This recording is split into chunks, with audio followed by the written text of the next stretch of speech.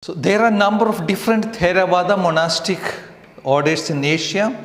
There are also beliefs and practices associated with the Buddhism, often taken from the local folk culture that are found in some parts of Southeast Asia and not others.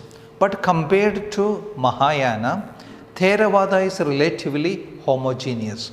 So anywhere you go, if you are very familiar with one, that is Theravada school of thought, then you will be able to easily identify with other countries where this is observed because the homogeneity or same or type of practice, beliefs and all that.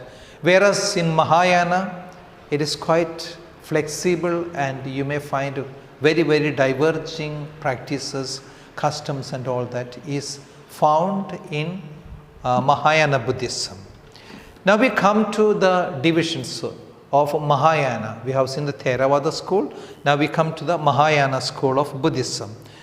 The distinctions among different sects of Mahayana Buddhism are pronounced, they might seem to be entirely different religions. They are all built on the same philosophical and doctrinal foundations. The doctrinal differences tend to be minor compared to the difference in practice, such as meditation, ritual, chanting. Most people who come to Mahayana choose a school because its practices resonate well with them. And that is the flexibility of Mahayana school of Buddhism, because they tend to adapt or adopt those practices which are in the land. Especially what is mainly we find in them is that of meditation, ritual and chanting.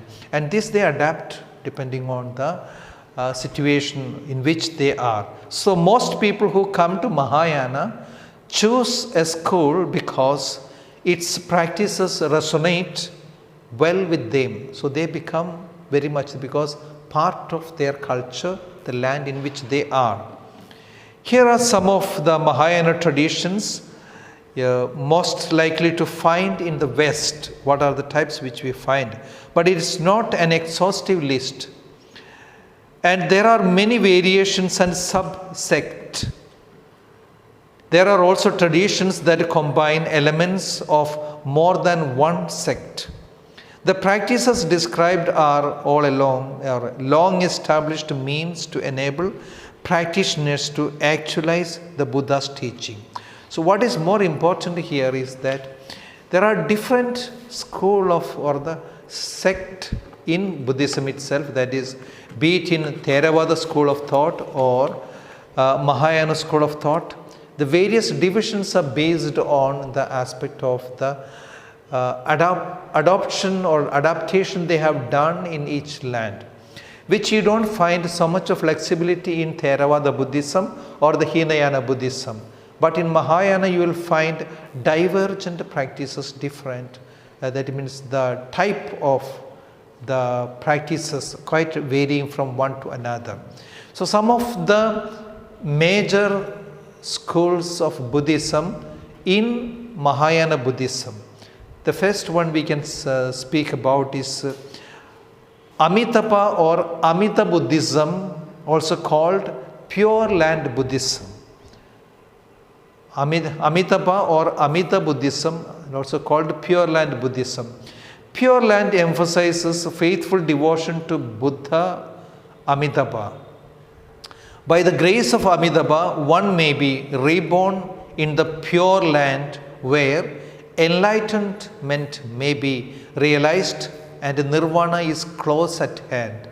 The most distinctive practice of Pure Land Buddhism, called Ninafo in Chinese and Nembutsu in Japanese, is the mindful recitation of Amitabha's name or Amitabha's name. That is a constant chanting or recitation that's going on. So Amitabha or Amita Buddhism is called the Pure Land Buddhism. So one of the major sect in Mahayana Buddhism is Amitabha or Amita Buddhism or Pure Land Buddhism. Nihrian Buddhism is a Japanese tradition that has gained a large following in the West. It emphasizes a mindful chanting practices that evokes mystical power of the Lotus Sutra to bring all beings to enlightenment.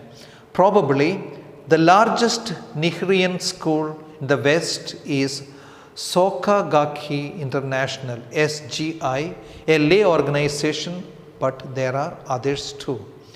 So another school or another thought school in that is Mahayana Buddhism is Nihrian Buddhism. Another school is Tendai, is less widespread in the West than many other traditions, but is a long established Mahayana tradition in Asia. Tendai offers a number of meditations and other practices to enable enlightenment. So all the schools, one thing they have in common is striving for enlightenment. The very word Buddha means the enlightened one.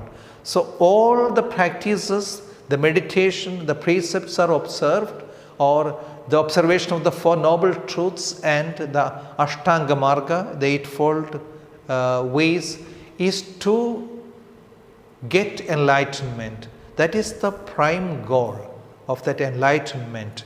So here all the various different sects, we will find that all the practices, recitation, everything is done in order to have that enlightenment. Then we have the Tibetan Buddhism, another school in the Mahayana school of thought. Tibetan Buddhism has gained a huge following in the West in recent years. There are 4 major schools and many sub-schools of Tibetan Buddhism. Tibetan Buddhism combines meditation with ritual, chanting, and other practices. The most distinctive feature of the Tibetan Buddhism is Tantra or deity yoga. So that is something very unique